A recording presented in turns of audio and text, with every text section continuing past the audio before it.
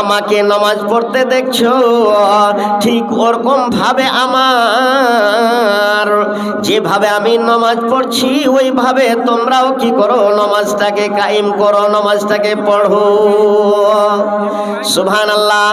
তো নামাজ যে আছে, নামাজের যা আরকান আছে, আহকাম আছে, আমরাকে কি করতে হবে? শিখতে হবে, জানতে হবে।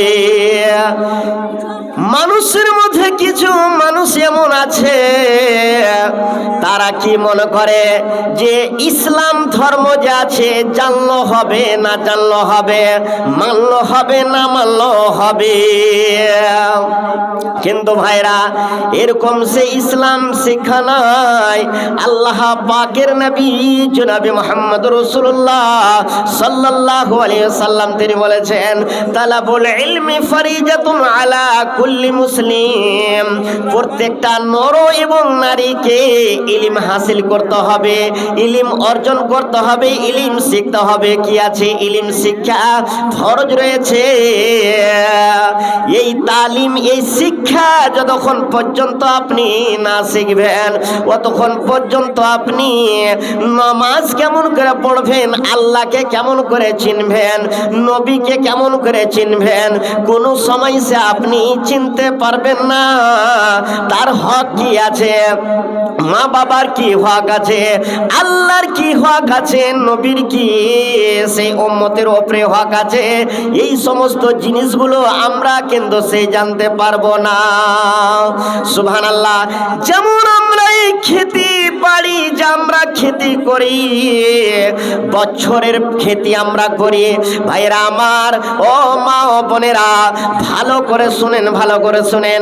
যেমন আমরা এই যে ভুট্টার খেতি করছি, মাখনার খেতি করছি, এই যে দুনিয়াতে আমরা খেতি করছি, ওই খেতির জন্যে, কেননা যে এই বৎসরকার খেতি।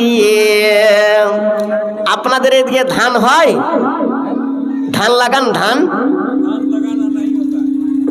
কোনচি লাগা রে? মাকাই।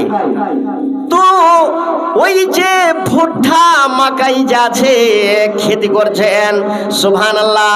তো ওই খেতির জন্যে কি করানো হয়, যখন ওই গাছ যখন বড় হয়, যখন কোনো বালা মুসিবত চলে আসে, যখন কিড়া লেগে যায়, কিংবা ভুট্টার গাছ সেই যখন ওঠে তখন লাল হয়ে যায়, কোন রকম যখন বিপদ চলে আসে, বালা চলে আসে, মুসিবত চলে আসে, ওই ফসল পানিতে আপনার ফুল হোক কিংবা সরিষা হোক কিংবা ভুট্টা হোক, যে কোনো খেতি, ওই খেতির জন্যে যখন দোকানদারের কাছে যান, ওই দোকানদারকে আপনি বলেন, হে দোকানদার ভাই, কত এমএল আমি বিষ মিলাবো, কত এমএল আমি দিব। সেরকম ভাবে আপনি দোকানদারকে জিজ্ঞাসা করে যে এক ডাব্বা স্প্রে করব, কিন্তু ওতে কত এমএল সেই আমি বিষটাকে মিলাবো। আপনি জিজ্ঞাসা করছেন দোকানদারকে, এবারে আপনার দিলটা ইতমিনান হয় না, দিলটা ইতমিনান হয় না যে সুবহানাল্লাহ, এই বৎসরকার ফসল যদি সেই ডোজ যদি বেশি হয়ে যায়, বেশি মানে যদি সে কি লেগে যায়, বিষ যদি বেশি হয়ে যায়, তাহলে সেই খেতিটা বরবাদ হয়ে যাবে, শেষ হয়ে যাবে, খতম হয়ে যাবে। কেননা যে বৎসরকার ফসল আছে, তার জন্যে এক অপর ভাইকে আপনি জিজ্ঞাসা করছেন। দোকানদারকে জিজ্ঞাসা করার পর আপনার ভাইকে, না হলে একজন, দুইজন, পাঁচজনকে সে আপনি জিজ্ঞাসা করছেন, কিসের জন্যে? যে ডোজ যেন বেশি না হয়ে যায়, ফসলটা যেন বরবাদ না হয়ে যায়। তার কারণে আপনি এক অপরকে জিজ্ঞাসা করতে করতে করতে করতে কমসে কম 5 জন 7 জনকে সে আপনি জিজ্ঞাসা করছেন। আর আল্লাহর নবী নবী জনাবে মুহাম্মদুর রাসূলুল্লাহ সাল্লাল্লাহু আলাইহি ওয়াসাল্লাম তিনি বলছেন দুনিয়া ও মাজরাতুল আখিরাহ, এই দুনিয়াটা হলো আখিরাতের জায়গা, এটা হলো আখিরাতের জায়গা। এখানে আপনাকে আখিরাতের খেতি করতে হবে। এই খেতি যেমন দুনিয়াবি ফসল পানির জন্য আমি কি করছি, জিজ্ঞাসা করছি যে কত এমএল সে ভুট্টা দিব, কত এমএল বীজ দিব, যে ভুট্টা যেন বরবাদ না হয়ে যায়, খেতটা যেন বরবাদ না হয়ে যায়। ঠিক ওরকম এই যে আখিরাতের খেতি আছে, এই খেতির জন্য আপনাকে ডোজগালা কি করতে হবে, শিখতে হবে। এই সমস্ত ফসল আখিরাতের যে পুঁজি হলো, আখিরাতের খেতি হলো, এই আখিরাতের খেতি হচ্ছে আপনার আল্লাহর ঘর। এই ঘরের জন্য আল্লাহর নবী জনাবে মুহাম্মদ রাসূলুল্লাহ সাল্লাল্লাহু আলাইহি সাল্লাম তিনি বলেছেন যে আল্লাহ রাসূল বলেছেন যে ইজা মাতাল ইনসানু ইনকাতা আনহু আমালুহু ইল্লা মিন সালাসাতুন সাদাকাতুন জারিয়া। যখন মানুষ কি হবে, মরে যাবে, তার সমস্ত আমলগুলো বন্ধ হয়ে যাবে, তার সমস্ত আমলগুলো বন্ধ হয়ে যাবে। কিন্তু আল্লাহর নবী বললেন তিন প্রকারের এমন নেকি আছে। এই এক নম্বর নেকি হলো এই যে আল্লাহর ঘর, সাদকায়ে জারিয়া, যারা 1000 টাকা দিবে, 500 টাকা দিবে, 1 টাকা দিবে, এই নেকিটা, এই দানটা হবে সাদকায়ে জারিয়া। মানুষ সেই মসজিদে দান দিয়া কি হয়ে গেল, আজকে রাত্রে দান দিলেন, আপনার কালকে 5 তারিখ, মে মাসের 5 তারিখ, কালকে আপনার 12টার সময় মত আছে, আপনার মৃত্যু হয়ে গেল, দুনিয়া থেকে আপনি বিদায় হয়ে গেলেন। 1000 টাকা আল্লাহর ঘরে মসজিদে আপনি দান দিয়ে চলে গেলেন, এই দানটা আপনার সাদকায়ে জারিয়া হয়ে গেল। কবরে শুতে কিয়ামত পর্যন্ত আপনার আমল নামাই নাকি পেতে থাকবেন। কেননা যে এই নেকি সাদকায়ে জারিয়া, আল্লাহর নবী জনাবে মুহাম্মদ রাসূলুল্লাহ সাল্লাল্লাহু আলাইহি সাল্লাম তিনি বলছেন যে এটা দান যে হলো আল্লাহর ঘরে, যে 500 টাকা 100 টাকা যে যা দিবে, এটা হলো সাদকায়ে জারিয়া।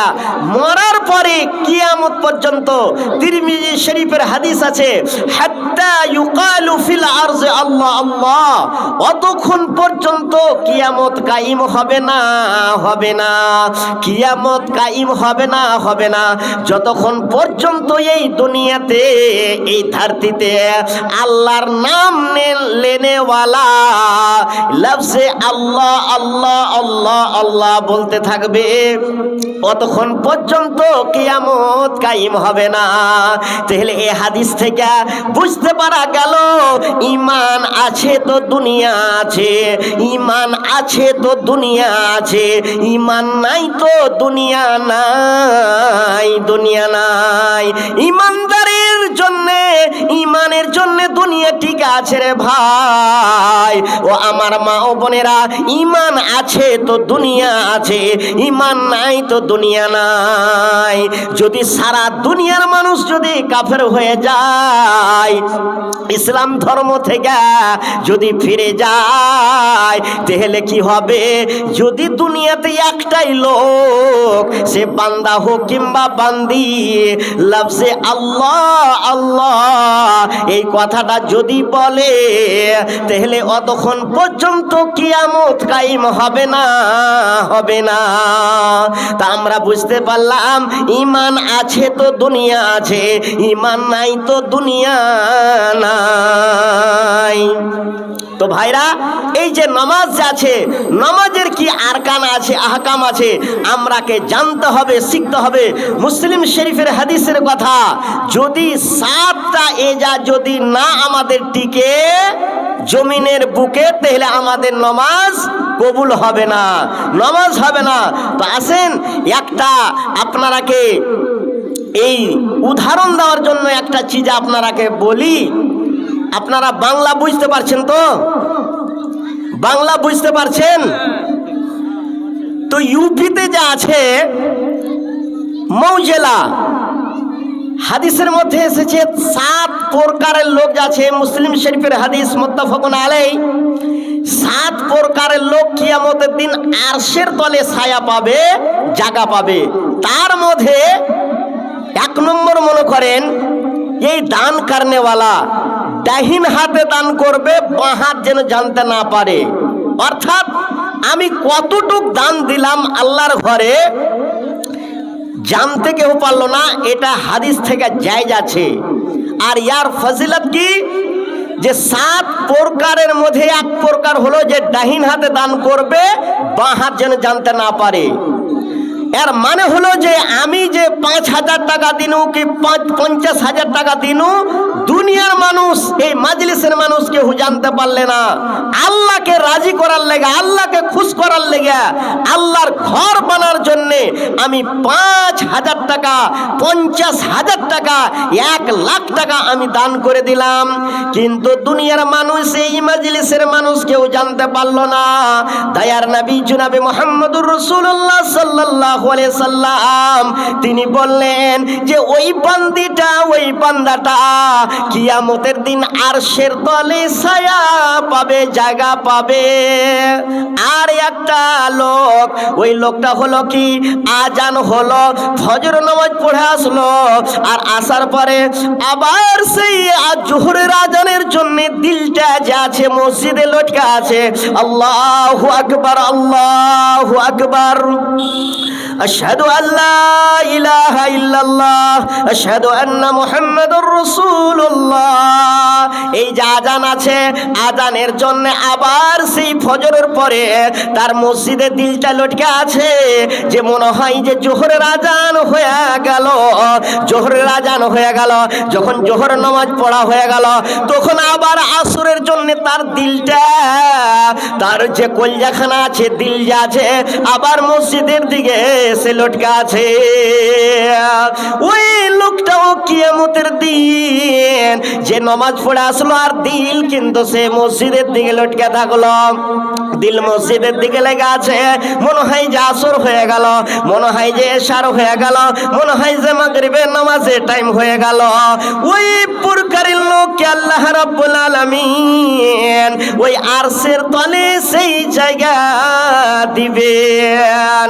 সুবহানাল্লাহ, সুবহানাল্লাহ। ভাইরা আমার, তো এরকম ভাবে হাদিসের মধ্যে ফজিলত আছে যে সর্বপ্রথম যখন আজান হবে, আল্লাহু আকবার, আল্লাহু আকবার, আজান যখন হবে, তখন দুনিয়ার যতগুলো কাজ আছে ভাইরা আমার, ও মা ও বোনেরা, দুনিয়ার যতগুলো কাম আছে সমস্ত কাম হারাম হয়ে গেল। দুনিয়ার যতগুলো কাম আছে সমস্ত কাম গালা হারাম হয়ে গেল। যতগুলা দুনিয়ার কাম আছে হারাম হয়ে গেল।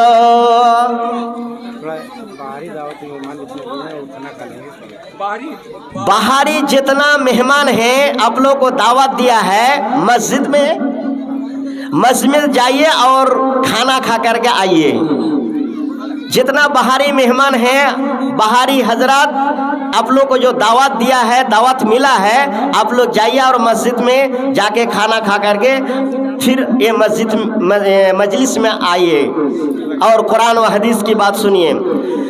तो जो तो गाला সেই যখন আজান হয়ে গেল, ভালো করে শুনেন মা বোনেরা, ভাইরা আমার, যখন আজান হয়ে গেল দুনিয়ার কাম হারাম হয়ে গেল।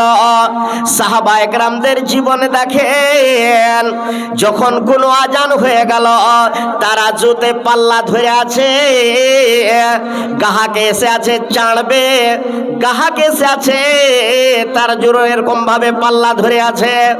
শুধু খালি চাড়ার পরে সেই তার ব্যাগে আছে তার ব্যাগে যা আছে 5 কিলো চাল নেই, তাকে কি করে দেওয়ানো হবে? তাকে দিয়ে দেওয়ানো হবে। এর মধ্যে আজান হয়ে গেল, আল্লাহু আকবার, আল্লাহু আকবার। ওই পাল্লা ছেড়ে দিল, আর চালটি ওজন চাললে পারে সে তার ওজন হয়ে যাবে।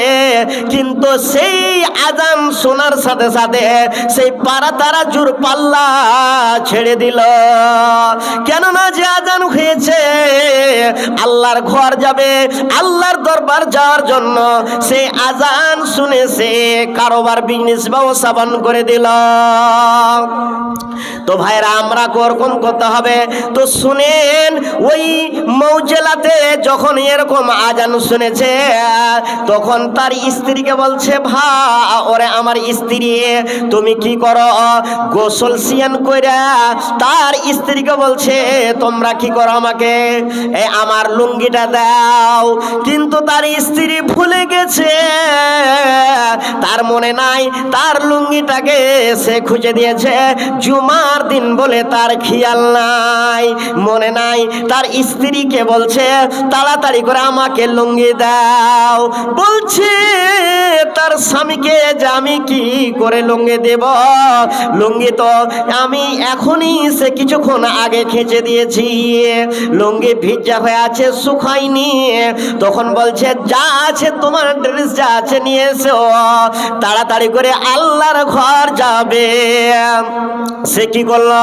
ওই লুঙ্গি না দিয়ে সালোয়ার কামিজ ওই পিনহা আল্লাহর ঘরে যা হাজির হয়ে গেল। এবারে মুয়াজ্জিন সাহেব আজান দিয়েছে। মুয়াজ্জিন সাহেব বলছে, হায় রে বাবা, হায় রে হায়, জীবন কোনদিন সেই মসজিদের ভিতরে মহিলা কোনদিন আসেনি। একবারে মাথাটাকে ঢাইকা আর পিছনে সুন্নাত পড়তে আছে। নামাজ পড়ার পর, সুন্নাত পড়ার পর ফরজ নামাজ শুরু হয়ে গেছে। একামত দেওয়ার পরে একামত শুরু হয়ে গেছে। এবারে তখন মুয়াজ্জিন সাহেব বলছে, হায় রে হায়, কি ব্যাপার, কোনদিন মহিলা এই নামাজে মসজিদে পুরুষ লোকের পাঞ্জরে দাঁড়ায় না, কিন্তু আজকে কি ব্যাপার, মহিলা আজকে পুরুষ লোকের পাঞ্জরে দাঁড়িয়ে গেছে। তার মনে চিন্তা ভাবনা এরকম করতে করতে দিলটাকে সাফ করার জন্যে, অন্তরটা সহ্য হয়েছে, ওই শখকে দূর করার জন্য যখন ইমাম সাহেব আল্লাহু আকবার বলে যখন রুকুতে গিয়েছে, তখন ওই পিছন থেকে মুয়াজ্জিন সাহেব কিন্তু তাকে ট্রাই করার জন্যে ওই তার বাটখারা চিপা ধরেছে যে আছে আসলে মহিলা কি পুরুষ লোক আছে কি মহিলা আছে। এই বুইলা তখন তার বিচ্ছি ধরে যখন চিপা ধরেছে, তখন সে ইমাম সাহেবের বিচ্ছি আবার কিন্তু সে চিপা ধরেছে। মনে করছে কি যে এটা একটা নামাজের আরকান আহকাম বইলা ইমাম সাহেবের বিচ্ছিকে বাটখারাকে চিপা ধরেছে। আর যেমন চিপা ধরা তখনই প্রাত করে একটা লাত মেরেছে। কমবख्त শয়তান इस तरह का करता है। তখন বলছে কি নামাজের পড়ার পর বলছে, যা हम क्या जानते हैं, हमारा पीछे से बटखरा पकड़ लिया तो हम भी आपका पकड़े हैं, हम समझे हैं कि ये नमाज का ये अरकान है।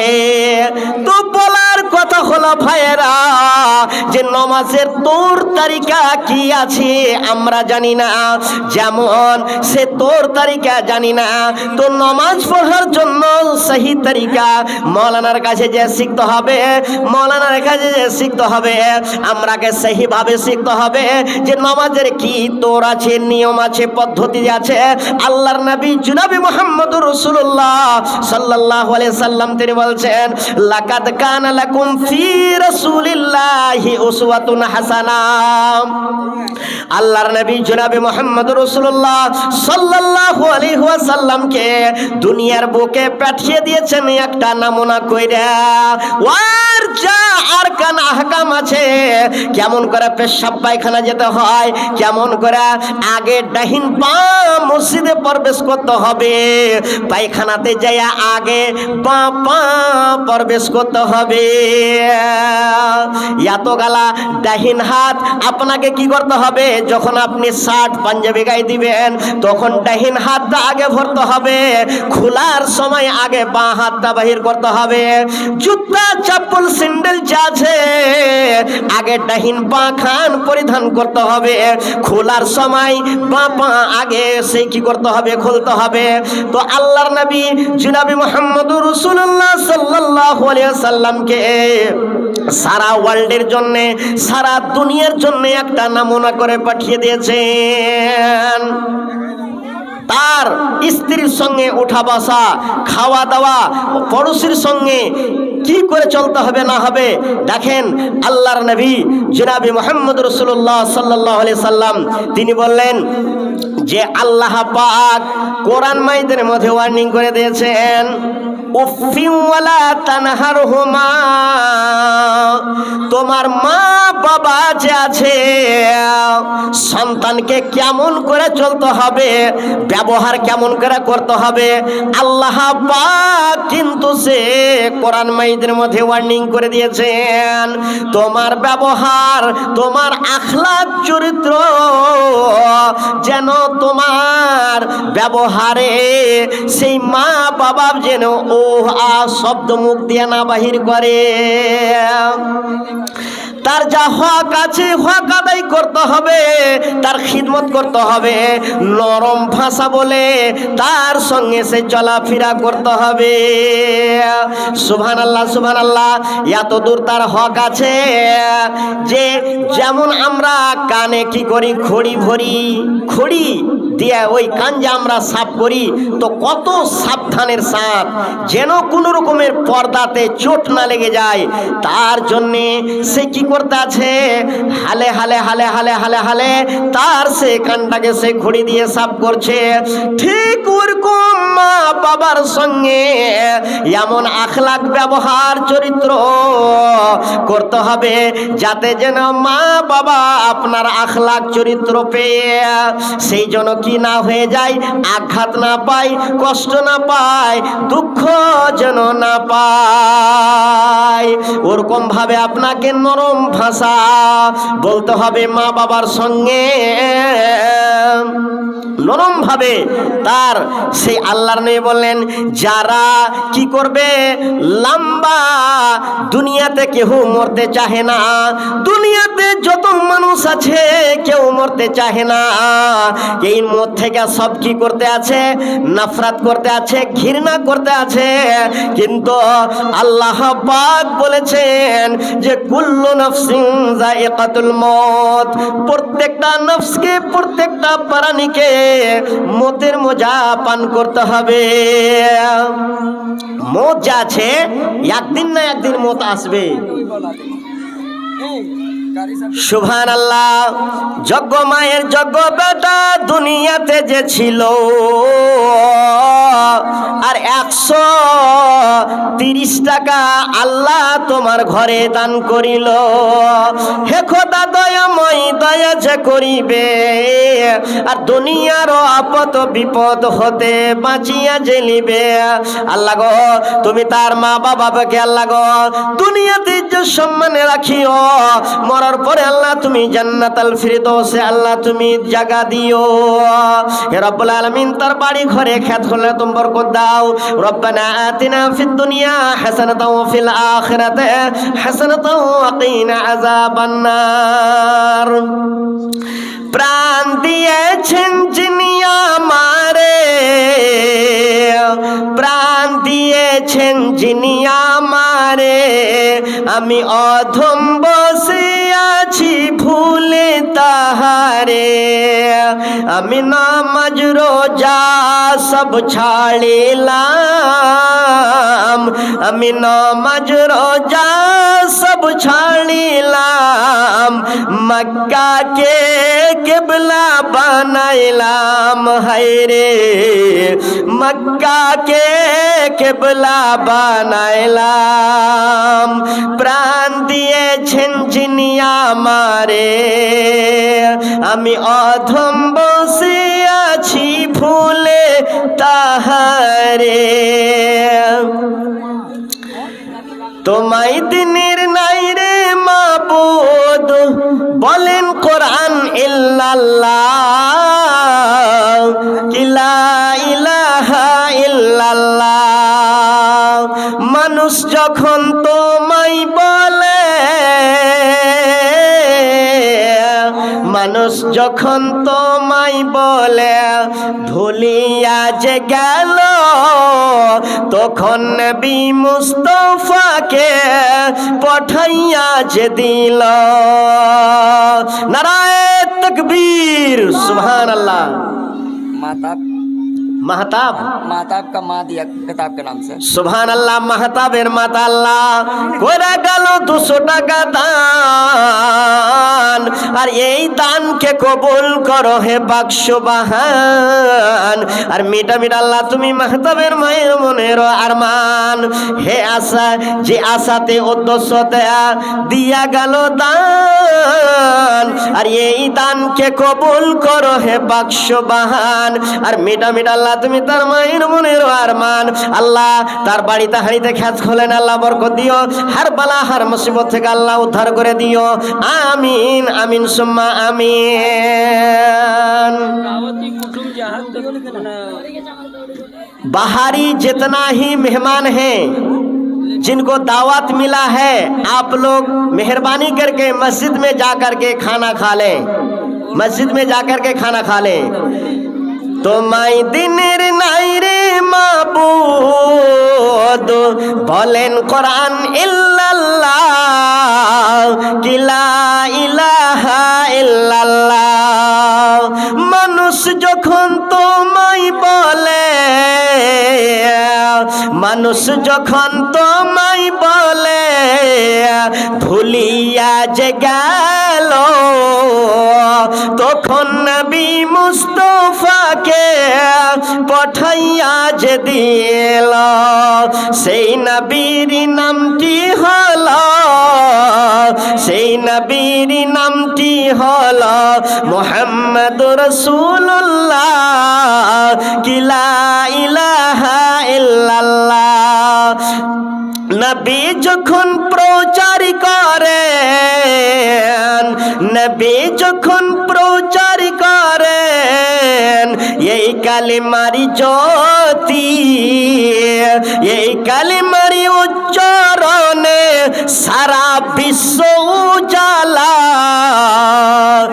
লা ইলাহা ইল্লাল্লাহ। অবশেষ গেলেন নবী, অবশেষ গেলেন নবী তাইফেরি ভূমিতে, আঘাত খেয়ে দয়ার নবী আঘাত